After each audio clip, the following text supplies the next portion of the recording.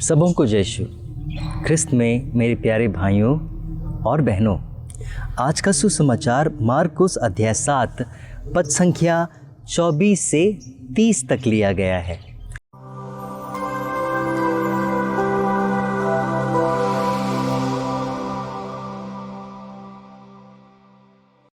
हम एक महिला जो सुरूफीनी की महिला है उसके विषय में सुनते हैं।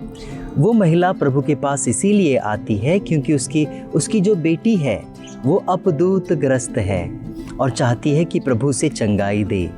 मेरे मित्रों, आज के इस पाठ में हम दो प्रकार के प्रेम को देख सकते हैं। सबसे पहला प्रेम है ईश्वर का उसके भक्तों के प्रति प्रेम, और जो दूसरा प्रेम है वो है एक माँ का अपनी बेटी के प्रति प्रेम। पहले प्रेम के विषय में बोला जाए तो हम कह सकते हैं कि अधिकांश समय में आज के पाठ के अनुसार ईश्वर का जो प्रेम होता है या ईश्वर का जो व्यवहार होता है उसके भक्तों के प्रति वो कठोर नजर आता है, वो पक्षपाती नजर आता है। पक्षपाती का मतलब होता है कि जहाँ पर पार्शियलिटी दिखाई दे, और उसके साथ ही ऐसा प्रतीत होता है मानो ईश्वर का प्रेम हमारे पहुँच के दूर है। बिल्कुल यही बात आज के पाठ में हम देख पाते हैं।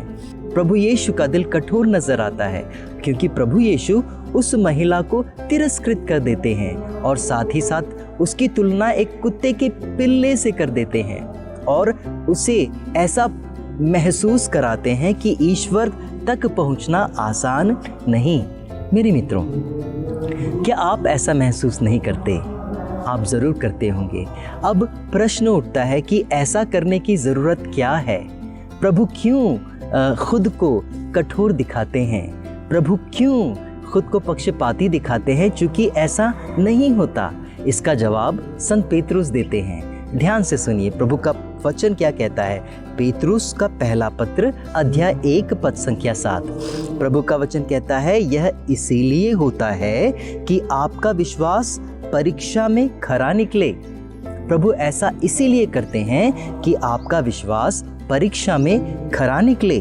सोना भी तो आग में तपाया जाता है और आपका विश्वास नश्वर सोने से भी अधिक मूल्यवान है।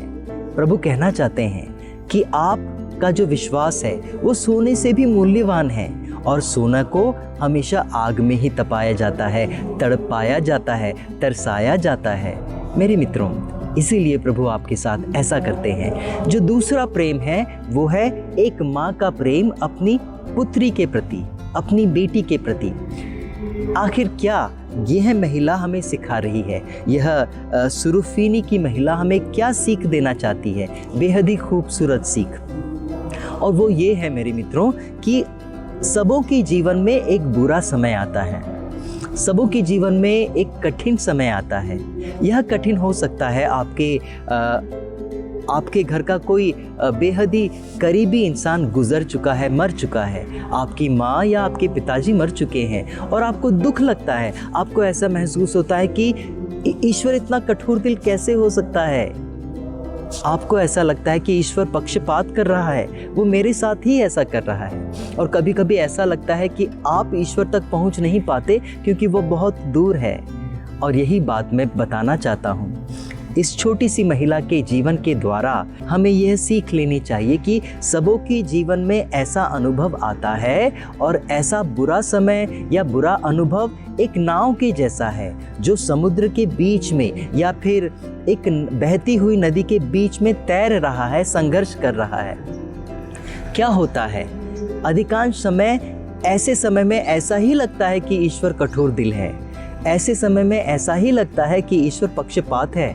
ऐसे समय में ऐसा ही लगता है कि ईश्वर हमसे बहुत दूर है। मेरे मित्रों, इसका अर्थ है कि हम नदी के बहाव के विपरीत बहते जा रहे हैं। लेकिन क्या होता है जब आप लगातार बहते हैं, नदी के बहाव के विपरीत लगातार बहते जाते हैं, भले ही आपको ईश्वर का प्रेम कठोर लगे, भले ही आपको ईश्वर पक्षपाती लगे, लेकिन फिर भी आप जब बहते जाते हो तो अंत में आपका जो बुरा समय है वो ईश्वर अच्छे समय में परिवर्तित कर देगा। ठीक उसी तरह जिस तरह ईश्वर ने इस महिला के साथ किया। मेरे मित्रों, बिना उसके घर में जाए, बिना उसका स्पर्श किए प्रभु यीशु ने उसे चंगा किया। यदि प्रभु ऐसा करता है तो क्या आपके साथ ऐसा नहीं करेगा? बिल्कुल करेगा, बशर्ते आप आपके बुरे घड़ी में, बुरे समय में नदी के बहाव के विपरीत जाना सीखे, ऐसे समय में ईश्वर की ओर बढ़ना सीखे, तो प्रभु आपके जीवन में इस तरह का चमत्कार जरूर करेगा। आमीन।